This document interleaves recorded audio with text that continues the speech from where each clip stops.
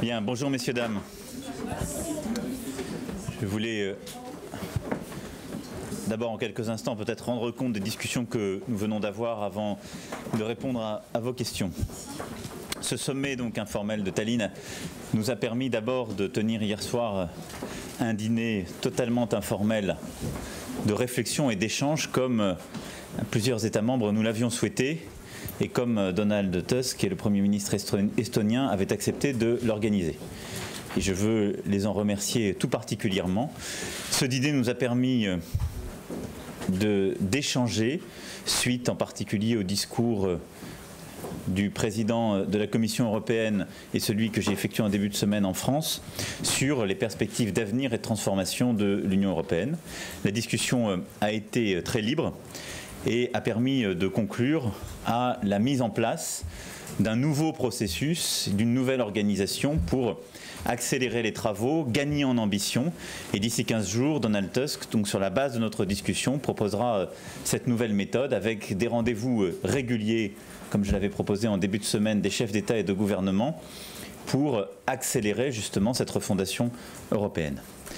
Je pense que c'était important que nous ayons cet échange qui, au-delà des conseils européens, où les discussions sont devenues extrêmement techniques et font l'objet d'échanges sur des communiqués, nous puissions retrouver le fil d'une ambition européenne. Il y avait une vraie convergence pour indiquer que c'est aujourd'hui que nous devons conduire ce travail, parce que l'année 2018 est une année d'opportunité sur l'agenda européen.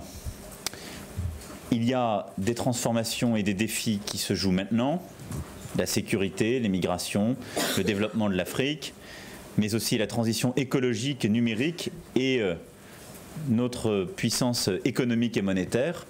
Dans 5 ans, dans 10 ans, il sera trop tard. Et c'est en 2018 que nous devons parachever une feuille de route commune afin que les élections européennes de 2019 puissent se faire sur cette base, puisqu'elles auront à définir le mandat de la Commission et du Parlement à venir. Si nous ne sommes pas en capacité de le faire là, nous perdons en quelque sorte l'opportunité des 5 années qui suivront. C'est la justification de cette démarche qu'avec d'autres j'ai souhaité lancer et qui nous a permis justement cet échange d'hier. La journée d'aujourd'hui a quant à elle été consacrée à l'agenda numérique. Comme vous le savez, la Commission européenne a mené plusieurs travaux d'importance pour aller plus loin en termes de régulation du numérique, mettre en place un marché unique du numérique, et plusieurs initiatives ont été prises au niveau des ministres, en particulier des Finances, ces dernières semaines. Sur ce sujet, pour résumer nos discussions, qui n'ont pas donné lieu à des conclusions formelles ou à des décisions, mais qui ont pu éclairer des orientations et permis quelques éléments concrets, je crois que nous partageons tous et toutes d'abord la conviction que le sujet du numérique est un élément de transformation profond de nos sociétés et nos économies.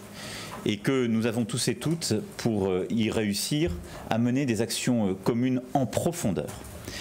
Et je voudrais ici peut-être éclairer ce débat autour essentiellement de 4 sujets.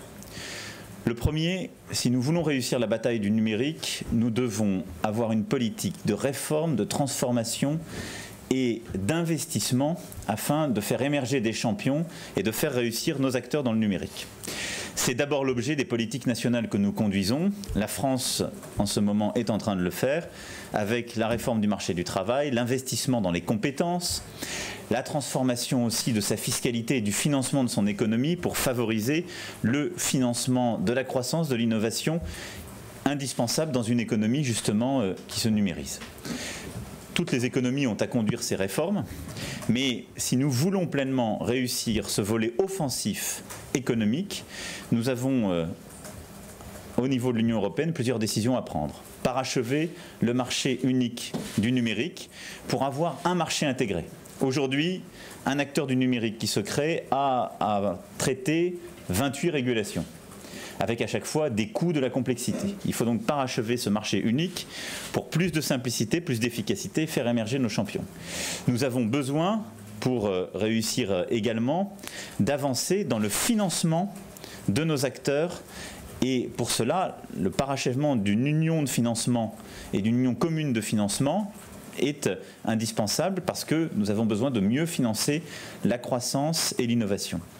Enfin, dans ce contexte-là, j'ai insisté, et il y a une convergence de plusieurs États membres à cet égard, l'idée de pouvoir porter un DARPA à l'européenne, c'est-à-dire une agence de financement de l'innovation de rupture, est particulièrement important parce que dans cette économie de l'innovation, justement, et du numérique, celui qui est en avance de phase, qui réussit à faire une percée technologique, prend généralement tout le marché. Et donc il est indispensable que l'Europe, sur l'intelligence artificielle, sur le véhicule autonome, sur le blockchain et toutes les innovations de rupture à venir puissent se positionner en ayant une vraie politique commune de financement de ces avancées technologiques. Sur ce volet-là, l'ambition a été réaffirmée avec la volonté de mener toutes les convergences et donc un agenda que nous souhaitons accélérer sur la conclusion du marché unique du numérique avec un vrai contenu de régulation et d'ambition. Et nous avons obtenu aussi d'accélérer la réunion des ministres des télécommunications qui auront à discuter de cet agenda. La réunion était prévue en décembre. Dès le mois d'octobre, sous présidence estonienne, une réunion se tiendra pour justement accélérer ce marché. Ça, c'est le premier pilier offensif. Le deuxième pilier auquel nous tenons beaucoup, c'est celui de la compétition juste. Si nous voulons réussir dans le numérique, nous avons besoin qu'il y ait dans l'espace numérique mondial une compétition juste. Aujourd'hui, les acteurs dominants, anglo-saxons en particulier, ne respectent pas les règles du jeu. Nous l'avons vu d'ailleurs l'année dernière avec la sanction infligée par la Commission européenne contre Google sur les comparateurs de prix. Et je pense que c'était à cet égard une décision salutaire qui a marqué à la fois un courage politique, mais l'indispensable régulation, début de régulation, pour pouvoir faire émerger d'autres acteurs. Aujourd'hui, nous savons que des géants d'Internet ne respectent pas les règles du jeu et utilisent leur position dominante pour empêcher d'autres acteurs d'émerger justement sur d'autres secteurs économiques. À cet égard, nous souhaitons une régulation ambitieuse et cela doit faire partie du marché unique du numérique. Mais en attendant, ou pour accompagner plutôt cette régulation ambitieuse, la France, l'Allemagne, l'Espagne, l'Italie ont pris cette semaine une initiative que nous avions transmise à nos collègues et que nous avons à quelques-uns porté lors de ces discussions, qui est justement de prendre une initiative européenne pour créer de la transparence sur le comportement des plateformes et inciter aux bonnes conduites. Initiative qui, si elle est endossée par l'ensemble des États membres et des institutions, permettrait de mettre en place un site commun, une plateforme commune, qui permettrait à toute personne, tout acteur économique qui est victime d'un comportement justement excessif ou d'un abus de position dominante ou d'un comportement, si je puis dire, dominant sur un marché, eh bien, de faire état des difficultés qu'il a obtenues et de faire connaître ces difficultés. C'est en quelque sorte une pratique de transparence, utilisant le name and shame, pour reprendre une formule anglo-saxonne, qui permettrait utilement de mieux réguler pour nombre d'acteurs Internet qui aujourd'hui opèrent chez nous, qui ne sont pas forcément des acteurs dominants, et de défendre leur position. Lorsque Google a décidé de se mettre sur le secteur des comparateurs de prix, ils ont fait chuter de 90% la part de marché de tous les opérateurs européens indépendants dans ce secteur. Lorsque l'un des GAFA a décidé de déréférencer certains acteurs dans des activités qu'ils souhaitaient justement engager, ils ont parfois tué ces acteurs. Nous avons besoin en quelque sorte d'avoir, si je puis dire, des lanceurs d'alerte sur ces sujets d'agression économique, et c'est un peu l'idée de cette plateforme, de cette initiative que nous lançons. Et j'ai beaucoup insisté ce matin sur ce sujet. Nous avons besoin, en même temps que nous construisons une régulation ambitieuse, d'innover dans nos pratiques communes. Parce que le numérique va plus vite que notre capacité à réguler, parce que les acteurs du numérique sont multiples, et nous devons aussi jouer sur l'intelligence collective. C'était le sens de cette ambition portée à plusieurs, et c'est le cœur de ce deuxième pilier, une compétition juste dans le numérique. Troisième pilier de l'action que nous devons conduire, c'est celui du financement des biens communs. Je m'explique. Le numérique bouscule très profondément nos économies, nos sociétés. Mais il implique aussi de financer des choses qu'aucun acteur du privé ne finance. Une part non négligeable de nos populations n'ont pas accès au numérique aujourd'hui. parce qu'elles n'ont pas accès à la fibre, parce qu'elles n'ont pas accès en termes de connaissances ou de capacités. Et c'est un vrai défi pour toutes les sociétés et toute la démocratie de l'Union européenne. Si nous n'avons qu'un agenda numérique ambitieux sans essayer de réduire la fracture numérique partout dans nos pays, nous nourrirons les populismes et les extrêmes. C'est un investissement que les opérateurs ne font pas, parce qu'il n'est pas rentable. C'est au pouvoir public de le faire. Le numérique, comme je l'ai dit, bouscule des secteurs d'activité économique en profondeur et suppose de requalifier des millions, dans chacun de nos pays, des millions de nos concitoyens. Ça veut dire les former différemment, mais aussi former tout au long de la vie, soit pour changer de secteur, soit pour changer de type d'activité dans un secteur. Cet investissement, c'est un investissement public. Les acteurs économiques ne le font quasiment pas. Ces biens communs sont indispensables si nous voulons réussir la transition du numérique. Et si nous ne voulons pas que cette transition signifie la mise à l'écart de la société contemporaine de millions de nos concitoyens. Pour ce faire, nous devons organiser son juste financement par les acteurs du numérique. Or, aujourd'hui, les géants du numérique ne contribuent pas au financement des biens communs. Il serait absurde de demander aux acteurs de l'économie d'aujourd'hui ou d'hier, qui sont eux-mêmes bousculés, parfois fragilisés par le numérique, d'être les seuls à financer cette transformation. Or, aujourd'hui, c'est la situation dans laquelle nous nous trouvons. Les industriels, nos PME, nos TPE payent des impôts sur les sociétés, de la TVA et toute la fiscalité que nous connaissons, fiscalité à laquelle échappent en quasi-totalité, en particulier les grands acteurs du numérique qui optimisent dans des montages internationaux leur structure fiscale. C'est pourquoi je soutiens l'initiative prise par la Commission européenne d'une taxe de base sous forme AXIS.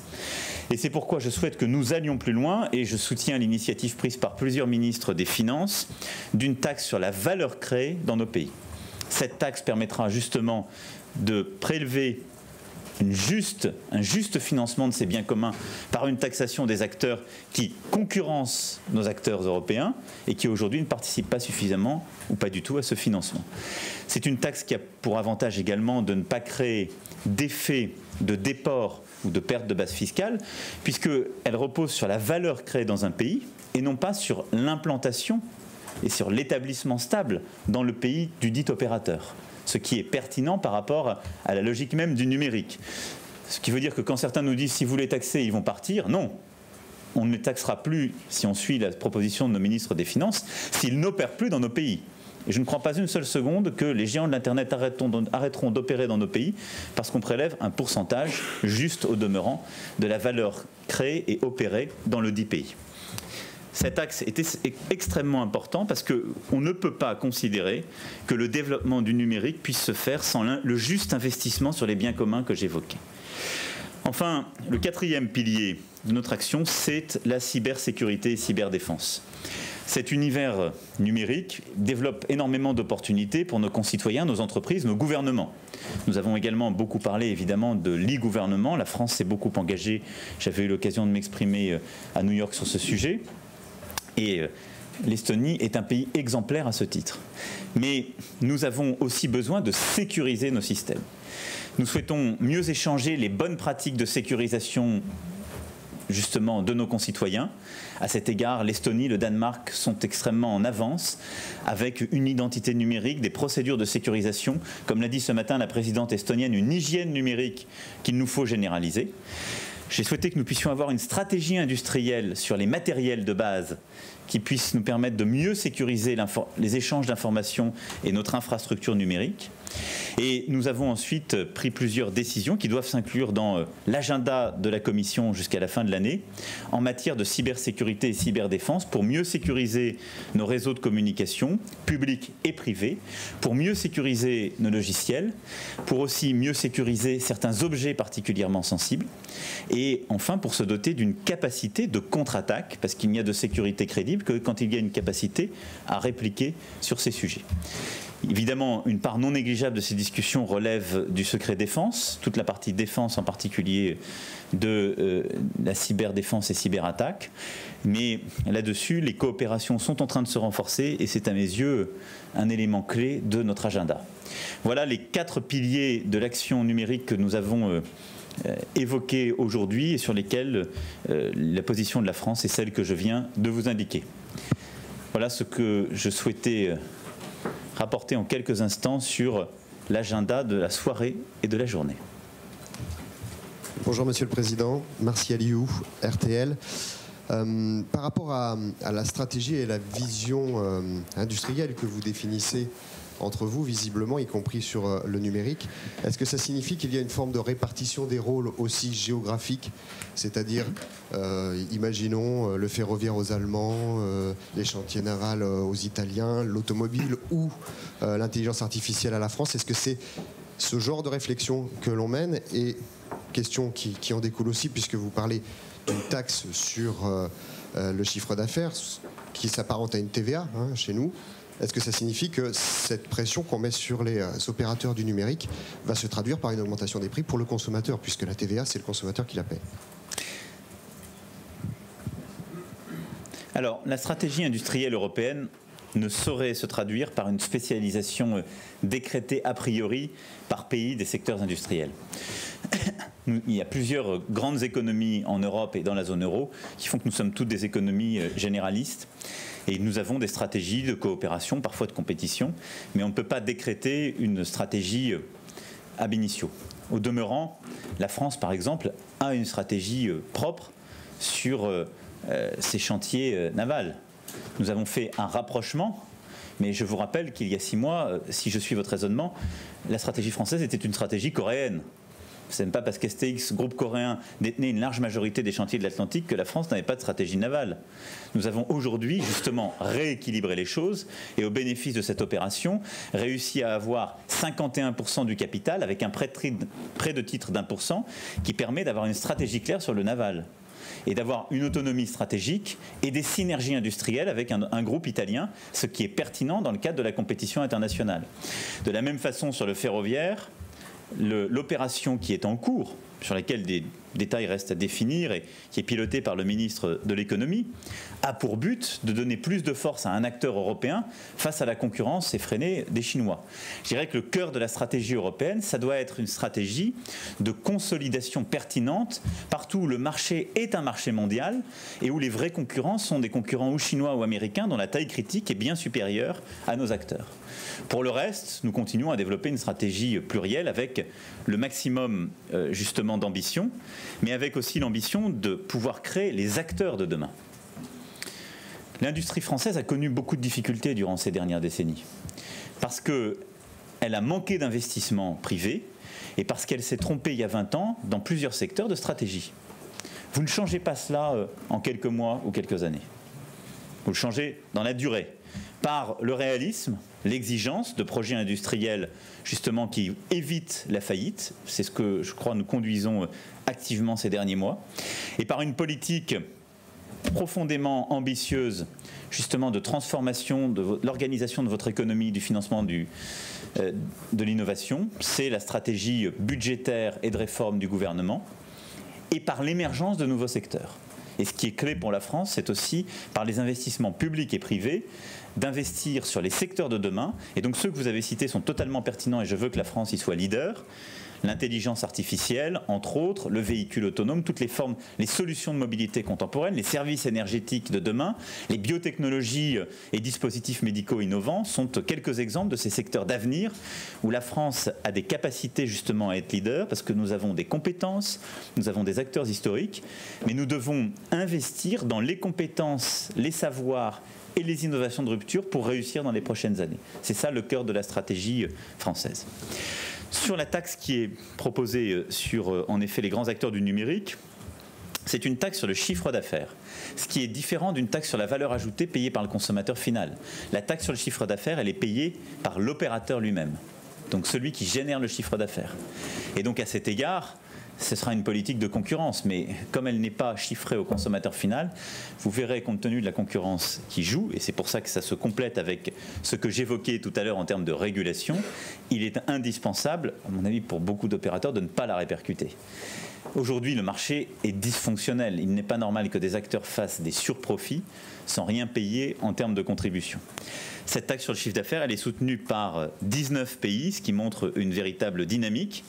Et ce que je veux que nous puissions faire collectivement, c'est une dynamique comparable à celle que nous avons su créer en d'autres temps sur le secret bancaire, qui était un sujet éminemment difficile aussi, où il y avait des acteurs apparemment isolés mais qui refusaient, dont certains pensaient qu'ils allaient bloquer la situation.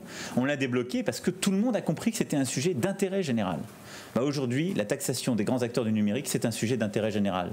Parce qu'on ne peut pas demander aux contribuables européens ou aux petites et moyennes entreprises européennes de financer les transformations parfois qu'elles subissent ou qu'ils subissent. C'est aux acteurs qui en sont les ferments de le faire. Anton Alexeyev, la télévision nationale estonienne. Monsieur le Président, bienvenue en Estonie. Alors, ma question concerne plutôt le 4e pilier dont vous avez parlé. Alors, la sécurité ici en Estonie, en 2007, on était la cible des attaques, on croit que des Russes, sur notre infrastructure numérique. Maintenant, on voit ce qui se passe aux États-Unis avec des élections. Vous-même, vous étiez cible des attaques, des mensonges, et c'est lié aussi. Alors, comment est-ce qu'on peut assurer notre sécurité, vu que la numérique, pour nous, signifie l'ouverture, quoi. L'État devient plus proche aux gens, et quand même, ici, ça apporte aussi les dangers. Alors, c'est quoi Bon, qu'est-ce qu'on peut faire dans ce domaine-là? Merci. Merci à vous d'abord de parler français. Merci. Et tout comme votre présidente, vous portez dans ce beau pays la francophonie, je vous en remercie. Il y a plusieurs composantes de ce que vous évoquez. Il y a les attaques qu'on peut subir d'entreprises privées ou de gouvernements.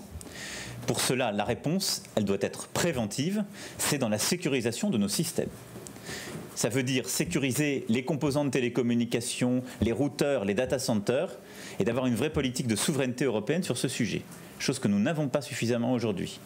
Ça veut dire ensuite de sécuriser nos procédures, et donc d'éviter les attaques et les intrusions, comme certaines entreprises l'ont vécu ces derniers mois, qui permettent en quelque sorte de bousculer des systèmes entiers. Et sur ce volet-là, c'est de la vraie cyberdéfense, avec des volets confidentiels de défense, c'est de l'innovation technologique. Nous y travaillons, de la coopération, mais une capacité aussi de contre-attaque pour intimider l'adversaire. Ce qu'aujourd'hui les pays européens ne font pas pour déstabiliser des systèmes. Ensuite, il y a une troisième composante qui est, je dirais, plus civile dans la partie que vous avez évoquée, qui est, pardon de cet anglicisme, mais les fake news ou les attaques de type propagandiste que certains peuvent conduire dans des cadres de campagne électorale. Le meilleur instrument, le meilleur ferment, c'est vous, les journalistes. Je vous le dis très franchement, j'ai d'ailleurs eu à le vivre dans la campagne française. La presse française n'a pas relayé les fake news qui étaient relayées par des agences ou des instruments de propagande, parce qu'il y a eu un examen critique de ces informations. Et aussi longtemps qu'il y a justement une presse qui fonctionne avec des règles déontologiques, avec une exigence, eh bien c'est la meilleure barrière, parce que c'est ce qui sépare de la propagande, des fausses informations, avec un fonctionnement normal d'un contre-pouvoir en démocratie qui est la presse. Et à ce titre, il y a eu des éléments relayés quand le trouble naissait, mais très rapidement, des éléments de vérification, des demandes faites.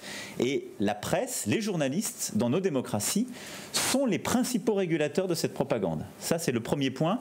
Et rien ne le remplacera, parce que les politiques qui sont attaqués au moment où ils sont attaqués ne sont pas les plus audibles pour le faire.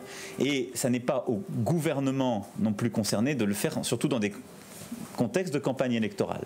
Et donc là, il faut collectivement, dans ces contextes-là, et c'était l'un des défis de l'heure du numérique, être très attaché à la déontologie de votre profession et évidemment regarder du côté de l'État toutes les modalités de sanctions face à des fausses rumeurs ou à des actions de déstabilisation, mais avec des procédures, on le sait bien, qui parfois prennent du temps et enjambent les campagnes électorales.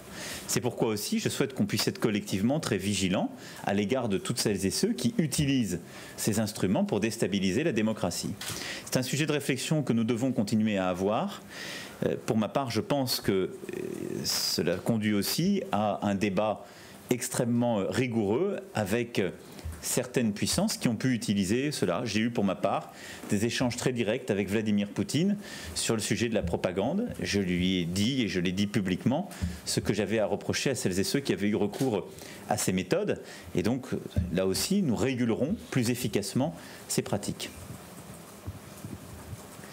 Bonjour Monsieur le Président, Yannick Ezard pour TF1. Dans le cadre de la grande refondation que vous voulez impulser en Europe, vous voulez également impulser une convergence fiscale et la France devrait donner l'exemple d'ailleurs dans ce secteur en baissant l'impôt sur les sociétés d'ici à 2022. Et dans le même temps, le budget qui a été présenté en France cette semaine se démarque notamment en supprimant l'ISF sous sa forme actuelle.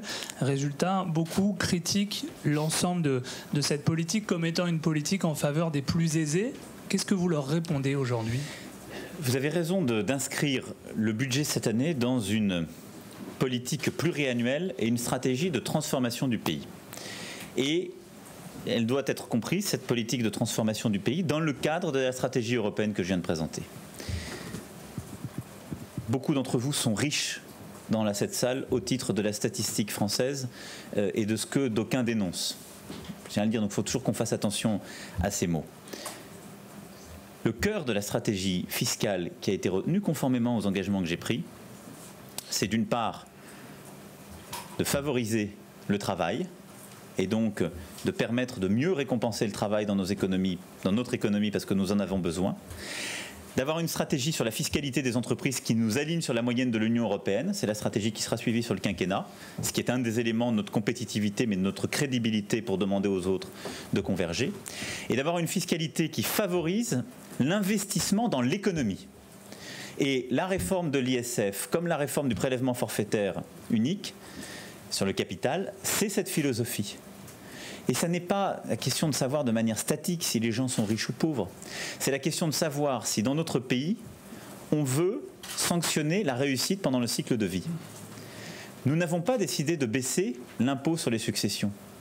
Nous avons décidé d'aligner la France à la compétition européenne pour permettre justement aux gens de réussir. Une économie de l'innovation et de la compétence, elle a besoin de talent. La France aujourd'hui a une structure fiscale qui n'est plus optimale. Nous l'avons vécu durant les dernières années. Les talents qui réussissent sont partis en masse. Et donc, ça va les faire revenir, ça va permettre aux gens de se dire que dans notre pays, ils peuvent réussir aussi longtemps qu'ils investissent dans l'économie française. Par contre, je peux vous dire que c'est un projet porté par le gouvernement, non seulement cette année, mais sur ce quinquennat, qui est un projet de mobilité économique et sociale. Et c'est ça qu'il faut retrouver. On ne doit pas regarder notre pays comme un élément statique où il y aurait d'un côté les riches et les pauvres pour toute éternité. Je veux que dans notre pays, les gens qui sont les plus en difficulté soient aidés. C'est pourquoi, dès cette année, il y a une revalorisation de l'allocation adulte handicapé et du minimum vieillesse. C'est pourquoi il y a, dès cette année, une revalorisation massive de la prime d'activité pour permettre justement, en particulier aux gens qui sont au salaire minimum, de revenir vers un pouvoir d'achat encore supplémentaire. C'est pourquoi, dès cette année, il y a une baisse de la taxe d'habitation. Mais au-delà de ça, c'est un projet justement fiscal qui consiste à récompenser celles et ceux qui réussissent et réinvestissent. C'est le sens du prélèvement forfaitaire unique et de la réforme de l'ISF. Par contre, nous ne sommes pas un projet qui favorise la rente. Et donc le projet porté par ce budget, c'est un projet de mobilité économique et sociale. Mais à côté du volet fiscal, vous devez regarder le volet budgétaire. Pour la première fois, nous ne traitons plus dans notre pays les difficultés sociales uniquement en distribuant de l'argent aux gens, mais en investissant sur les Françaises et les Français. Durant ce quinquennat, nous allons investir 15 milliards d'euros sur les plus jeunes et les plus jeunes loin de l'emploi et sur les femmes et les hommes qui sont les moins qualifiés et qui ne retrouvent pas d'emploi dans la société. Ça, c'est la vraie politique sociale. C'est-à-dire celle qui regarde les Françaises et les Français qui ne sont pas en situation d'invalidité, de handicap, ou qui ne sont pas les personnes les plus âgées et fragiles pour lesquelles on revalorise les pensions, comme je viens de vous le dire. Mais c'est regarder tous les autres Français comme des femmes et des hommes qu'il faut accompagner pour les aider à trouver leur place et réussir. Et non pas comme des femmes et des hommes à qui il suffit de donner de l'argent. Et donc cet investissement massif, il fait partie de ce projet. C'est pourquoi ce projet est efficace et juste, mais il trouble une lecture trop classique, à mes yeux, de la politique budgétaire qui consiste simplement à dire « je m'occupe de vous parce que je vous donne de l'argent ». Ça fait des décennies qu'on ne s'occupe pas bien des chômeurs de longue durée, des femmes et des hommes qui ont subi des chocs de désindustrialisation, parce que ce n'est pas simplement d'argent dont ils ont besoin. Ils ont besoin d'une formation. Ils ont besoin qu'on investisse dans eux. Ils ont besoin qu'on les aide à rebondir. Et ce projet le fait à travers une politique extrêmement ambitieuse sur l'éducation nationale, à travers une politique ambitieuse sur l'enseignement supérieur et la recherche. Pourquoi ? Parce qu'on revient à la méritocratie, parce qu'on revient à une politique où on va permettre à tous les jeunes de la République, quel que soit leur milieu social, de réussir. L'investissement fait dans les REP et REP+, c'est un investissement de justice sociale, beaucoup plus efficace que tout centime qu'on peut donner à qui que ce soit. L'investissement dans l'enseignement supérieur, pour éviter qu'on ait à tirer les gens au sort, mais qu'on puisse leur permettre de bien les orienter, d'avoir des filières qui leur donnent des vraies qualifications et derrière des emplois, c'est la vraie politique de justice sociale. Et ensuite, la politique, les 15 milliards sur la formation continue, c'est la vraie politique sociale. Voilà ce que c'est que le projet pour cette année et pour l'avenir. Une France qui cherche à réduire sa dépense publique de manière intelligente, qui se met en situation justement d'être au cœur de l'Europe et de la zone euro, une économie forte, attractive, qui crée de l'activité, qui attire les talents, qui développe de l'activité, qui est juste à l'égard des plus faibles en revalorisant les pensions de celles et ceux qui sont les plus fragiles, et qui investit dans les Françaises et les Français pour qu'ils réussissent. Bonjour, Monsieur le Président. Javier Albizu de l'Alliance espagnole de presse. Je voudrais savoir si vous avez un message à passer à votre voisin, l'Espagne, à 48 heures de ce référendum illégal en Catalogne, et en particulier si vous appelez les acteurs au dialogue. Merci. D'abord, j'ai un principe extrêmement simple, c'est que entre États membres, nous n'avons pas de leçons à nous donner, et nous avons à rappeler quand la Commission européenne et nos règles communes sont enfreintes, parce que c'est notre ambition commune, c'est ce que j'ai pu faire avec certains dans d'autres temps, mais en l'espèce, je l'ai toujours dit, je connais un interlocuteur, c'est l'Espagne. J'ai un interlocuteur à la table du Conseil, c'est Mariano Rajoy. Et je sais qu'il gère au mieux possible les affaires domestiques espagnoles. Et sur celle-ci, je n'ai aucun commentaire ni aucun conseil à donner. Il faut toujours du dialogue et de la sérénité dans la vie politique de nos pays, mais j'ai confiance dans la détermination de Mariano Rajoy pour défendre les intérêts de toute l'Espagne, et la France est attachée à avoir un partenaire qui est l'Espagne. Merci à vous. Je crois que c'est terminé. Il y a une dernière question ? Allez-y alors. Oui, merci Monsieur le Président. Pascal Verdeau, rédaction européenne de France 3. Je voulais vous poser une question sur le Brexit. Vous avez rencontré ce matin Theresa May, qui a déclaré que finalement, il faudrait que l'Union européenne adopte un ton un peu plus conciliant dans les négociations. Et le ton, c'est parfois important. Et comme observateur de ces négociations, on a parfois le sentiment que la position européenne est parfois un peu dure, voire même un petit peu rigide, alors que dans la vie, lorsque l'on quitte le numérique, Monsieur le Président, lorsqu'un couple se sépare, on discute à la fois et du divorce et en même temps ou simultanément de la nouvelle relation. Alors, pourquoi ne pas accéder à cette demande britannique ? Pour une raison simple, c'est que, en tout cas, sous nos latitudes, lorsque vous divorcez d'une même personne à la fois. Vous ne divorcez pas de 27 personnes. En tout cas, ça n'est pas permis en France aujourd'hui, et je ne crois pas davantage en Estonie. Et toute la difficulté est là. Si nous acceptons de parler de notre vie d'après, nous ouvrons 27 débats sur la vie d'après, qui sont profondément fragilisants pour l'Union européenne. C'est pourquoi la méthode retenue est la bonne. Un interlocuteur unique, Michel Barnier. Une discussion d'abord sur 3 critères, situation de l'Irlande, les citoyens et le règlement financier. Et une fois que ces critères sont réglés, on ouvre la discussion sur l'étape d'après. Mais ça n'est en aucun cas l'intérêt de l'Union européenne, compte tenu même du fait que nous sommes 27 face à 1, d'ouvrir la discussion dès maintenant sur la vie d'après. Madame May a fait des premières ouvertures dans son discours de Florence, que j'ai pu saluer dans l'esprit. Moi, je souhaite qu'on soit surtout organisé, mais vous savez, on a surtout passé du temps à parler de l'avenir. Notre meilleure réponse au Brexit, c'est d'avoir un négociateur, une négociation organisée, peu de commentaires divergents, et d'avoir un vrai projet d'avenir, une vraie volonté.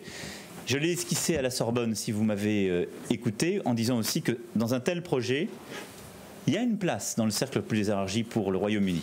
Et je pense qu'on gagnerait du temps et de l'énergie collectivement si cette considération était progressivement intégrée dans le débat. Merci pour votre attention. Bonsoir, mesdames, messieurs. Merci à vous.